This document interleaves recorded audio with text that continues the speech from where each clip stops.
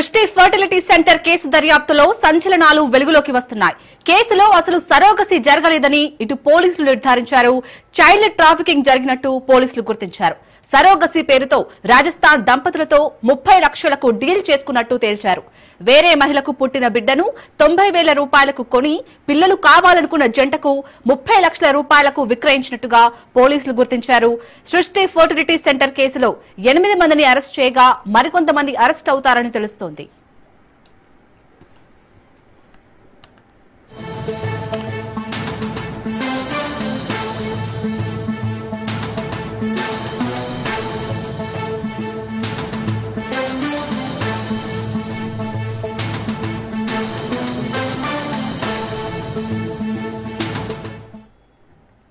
సృష్టి కేసులో గాంధీ ఆసుపత్రి వైద్యుడికి లింకులు ఉన్నాయి.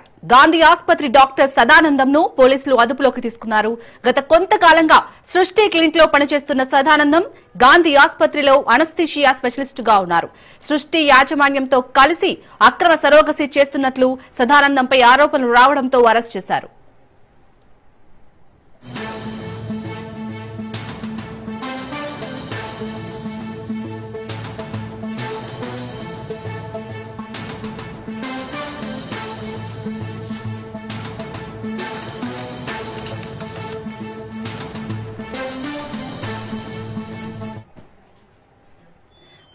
ఇక సృష్టి కేసులోని కీలక విషయాలకు సంబంధించి మరిన్ని అప్డేట్స్ మా ప్రతినిధి రత్నకుమార్ అందిస్తారు. రత్న, నిన్నటి వరకు మనం సరోగసి జరిగింది అనుకున్నాం ఈ కేసులో, కానీ సరోగసియే జరగలేదు, అసలు చైల్డ్ ట్రాఫికింగ్ జరిగిందని చెప్తున్నారు పోలీసులు.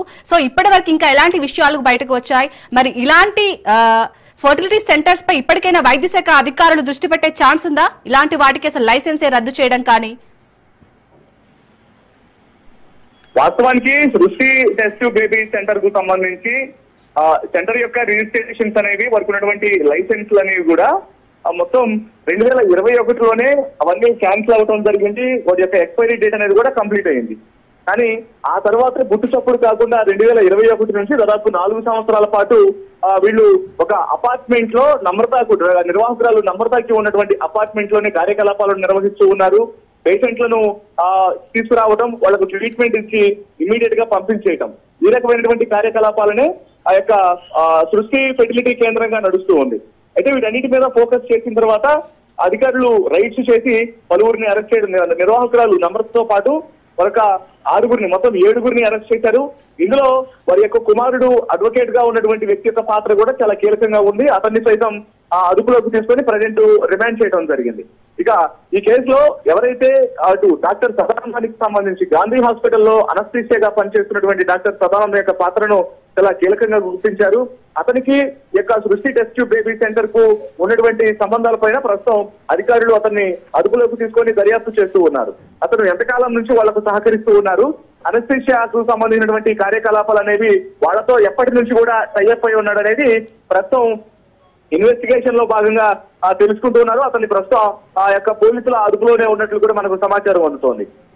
ఇదిలా ఉంటే చైల్డ్ ట్రాఫికింగ్ అనేది ఇందులో చాలా కీలకంగా వినిపిస్తున్నటువంటి నేపథ్యంలోనే అసలు ఏ ప్రాంతాలకు సంబంధించినటువంటి గర్భిణులను వీళ్ళు టార్గెట్ చేసి ఇక్కడ వచ్చినటువంటి పిల్లలు లేని భార్య భర్తలకు పేషెంట్లను వాళ్లకు పిల్లలను కలిగిస్తామని చెప్పి సరోగసి అని చెప్పిన విషయం చెప్పిన తర్వాత వాళ్లకు ఇతర ప్రాంతాల్లో గర్భిణీలుగా ఉన్నటువంటి పేద మహిళలను టార్గెట్ చేసి వాళ్ళు డెలివరీ అయిన తర్వాత వాళ్ళకు ఒక 80,000 రూపాయలు 90,000 రూపాయలను వాళ్ళకు ముట్ట చెప్పి ఆ పిల్లలను తీసుకొచ్చి ఇక్కడ ఆల్రెడీ ఎవరైతే సరోగేట్ గా ప్రూవ్ చేసినటువంటి వ్యక్తులు ఉన్నారో ఇక వచ్చినటువంటి భార్యాభర్తలు దంపతులకు వీళ్ళకి అప్పగిస్తున్నటువంటి యొక్క టోటల్ గా ఈ స్కామ్ ఏదైతే ఉందో ఈ ఫ్రాడ్ అనే దానికి సంబంధించి పూర్తిగా ఆరా తీయడం జరుగుతుంది. మొత్తం ఏ ప్రాంతాలను వీళ్ళు టార్గెట్ చేశారు, ఎక్కడెక్కడి నుంచి ఆ పేద మహిళలను టార్గెట్ చేసి గర్భిణులను టార్గెట్ చేసుకొని వీళ్ళు ఆ డెలివరీ కాగానే పిల్లలను ట్రాకింగ్ ద్వారా తీసుకొస్తున్నారు అనేది ప్రస్తుతం పోలీసులు దర్యాప్తు చేయడం జరుగుతుంది. ఇప్పటికే సృష్టి టెస్ట్ బేబీ సెంటర్ ను సీజ్ చేశారు. అలాగే వీరికి సికింద్రాబాద్ లో ఉన్నటువంటి సెంటర్ తో పాటు విజయవాడ, విశాఖపట్నంలో కూడా కేంద్రాలు ఉన్నాయి, బ్రాంచ్లు ఉన్నాయి కాబట్టి అక్కడ సైతం దర్యాప్తు అనేది కొనసాగుతుంది. మొత్తం ఈ కార్యకలాపాలన్నిటికీ కర్త కర్మ క్రియ నమ్మకం కాబట్టి ఖచ్చితంగా ఆమెను కస్టడీకి తీసుకొని విచారణ చేసేటువంటి అవకాశాలు కూడా ఉంటాయి. ఎందుకంటే ఈ కేసులో ప్రధానంగా అనేక కీలక విషయాలు అనేవి తెలియాలంటే మాత్రం ఖచ్చితంగా ఆమెను కస్టడీకి తీసుకున్నటువంటి అవకాశాలు సైతం లేకపోలేదు. మరి కస్టడీకి తీసుకుంటారా లేదనేటువంటి విషయం కూడా తెలియాల్సి ఉంది. ముఖ్యంగా ఇందులో ఇంకా ఎవరెవరి పాత్ర, ఇప్పుడు డాక్టర్ సదానందం పాత్రను గుర్తించడం జరిగింది. అలాగే టెస్ట్ బేబీ సెంటర్ లో పనిచేసినటువంటి కొంతమంది వైద్యులు ఎవరైతే ఉన్నారో వాళ్ళ యొక్క అర్హత ఏంటి, వాళ్ళు ఎంతకాలం నుంచి పనిచేస్తూ ఉన్నారు, వాళ్ళకి అసలు ఆ లీగల్ పరమైనటువంటి వాళ్ళ ఆ లైసెన్స్లు అనేవి ఉన్నాయి, ఎలిజిబిలిటీ ఉండే వాళ్ళు అక్కడ పనిచేస్తున్నారా లేకపోతే ఎలిజిబిలిటీ లేకుండా పనిచేస్తున్నారా అనేది కూడా ప్రస్తుతం ఆరా తీస్తూ ఉన్నారు.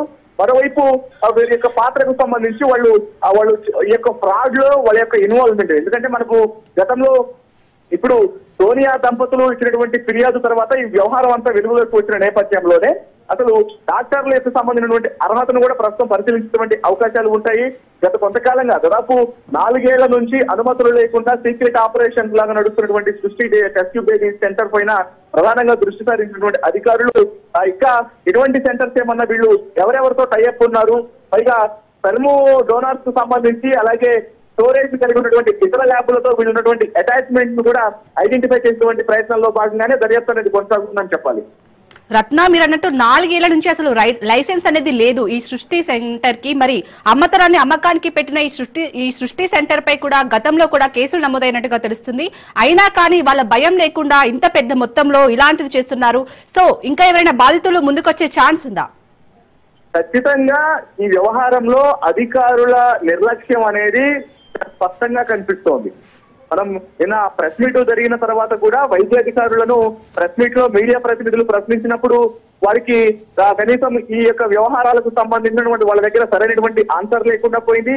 పైగా ఈ యొక్క మోసం అనేది టాస్క్ ఫోర్స్ పోలీసులు, నార్త్ జోన్ పోలీసులు అంటే పోలీసులు రైడ్ చేసి పోలీసులు వచ్చి అక్కడ తనిఖీలు నిర్వహించి పోలీసుల యొక్క కేసును వెలుగులోకి తీసుకొచ్చారు. కానీ ఇటువంటి సెంటర్లలో జరుగుతున్నటువంటి మోసాల మీద వైద్యాధికారుల యొక్క పర్యవేక్షణ చాలా తక్కువగా ఉంది. వాళ్ళు చూసి చూడనట్లు వ్యవహరించడం, వారు సరైనటువంటి పట్టింపు లేని కారణంగానే ఇటువంటి మోసాలు అనేవి జరుగుతున్నాయి అనేది చాలా స్పష్టంగా తెలుస్తుంది. దీని మీద నిన్న వైద్యాధికారి ఆయన డిఎంహెచ్ఓ వెంకటి వచ్చి ఆయన ప్రశ్నించినప్పుడు కూడా సరైనటువంటి సమాధానం చెప్పలేకపోయారు. సీక్రెట్ ఆపరేషన్ చేస్తున్నారు, సీక్రెట్ గా యొక్క టెస్ట్ బేబీ సెంటర్ ను నడిపిస్తున్నారు అనేటువంటి విషయాన్ని ఆయన తెలియజేసినప్పటికీ సాక్షాత్తు మీడియా ముందే ఆయన వాళ్ళు ఏదైతే ఓపీ ఫైల్స్ ను మెయింటైన్ చేస్తారో ఆ ఓపీ ఫైల్స్ ను తీసి చూపించడం జరిగింది. ఆ ఓపీ ఫైల్స్ ను చూపించినటువంటి సందర్భంలోనే ఓపీ ఫైల్ అనేది ఒక పేషెంట్ పట్టుకొని వాళ్ళు క్యారీ చేస్తూనే ఉంటారు. పైగా బయట బోర్డులు కనిపిస్తున్నాయి. సో ఈ వ్యవహారం అంతా కూడా గమనించినప్పుడు ఖచ్చితంగా అధికారులు కొంత నిర్లక్ష్యంగా వ్యవహరించడం కారణంగా, కొంతమంది లంచాల మధ్యలో ఉన్నటువంటి అధికారుల యొక్క ప్రమేయం కారణంగా ఈ రకమైనటువంటి అక్రమాలు అనేవి వెలుగులోకి వస్తున్నాయి అనేది చాలా కన్ఫర్మ్ గా తెలుస్తుంది.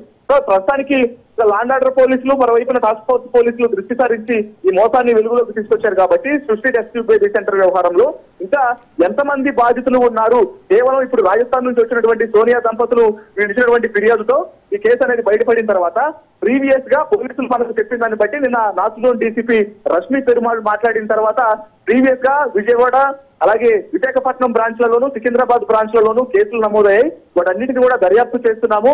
ఇంకా బాధితులు అనే వాళ్ళు ఉన్నారు. ఖచ్చితంగా వారి యొక్క వివరాలను వాళ్ళని కూడా ఎంతకాలం నుంచి వీళ్ళు మోసాలకు పాల్పడుతున్నారు అనేది కేసు ఇన్వెస్టిగేషన్ లో భాగంగా ఆరా తీస్తాము. వాటన్నిటిని కూడా ఐడెంటిఫై చేస్తామన్నటువంటి విషయాన్ని పోలీసులు తెలియజేయడం జరిగింది. కానీ ఇందులో వైద్యాధికారుల సైడ్ నుంచి మాత్రం ఖచ్చితంగా వారి యొక్క నిర్లక్ష్యం అనేది కనిపించింది. వారు నిర్లక్ష్యంగా వ్యవహరించిన కారణంగానే కేవలం సృష్టి టెస్ట్ బేబీ సెంటర్ మాత్రమే కాదు, నగర వ్యాప్తంగా అనేక వందలాది సెంటర్లు అనేది ఇలా అక్రమంగా నడుస్తున్నటువంటి తీరు కూడా బయటపడింది. Right, thank you Ratnakumar.